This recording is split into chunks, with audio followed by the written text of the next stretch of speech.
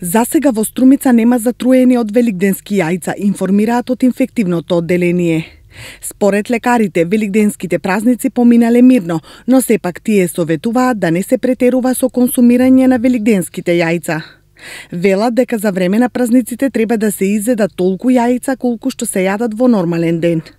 Инфектолозите предупредуваат јајцата да се јадат најмногу до третиот ден откако ќе бидат сварани и бојадисани, за да се избегне труење со храна.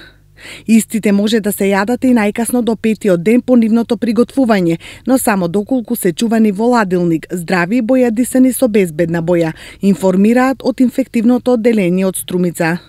Значи, за време на великденските празници на инфективно одделение не се соочивме со некоја поголема проблематика, значи немавме пријавено заболени од труење, најчесто нели очекувавме труење со јајца, но еден апел до сите гледачи, нека да труењата може сега да ги очекуваме, значи покасно, и затоа моја препорака внимателно со великденските јајца, доста веќе стоја на масите, да ги ставиме во фрижидерите и уште неколку дена може да се консумира. Потоа не препорачам консумација на великденски јајца. Може тоа свежо фарбани, иначе досега што беа изфарбани, најмногу значи уште ден-два и тоа чувани во фрижидер.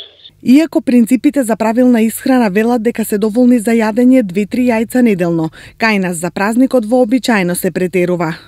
На празничната трпеза има и мрсна храна и алкохол. Сите тие влијаат на зголемување на маснотиите и холестеролот, а тој пак може да предизвика низа дисбаланси во организмот, како покачување на крвниот притисок, наслаги на крвните садови и други сериозни проблеми.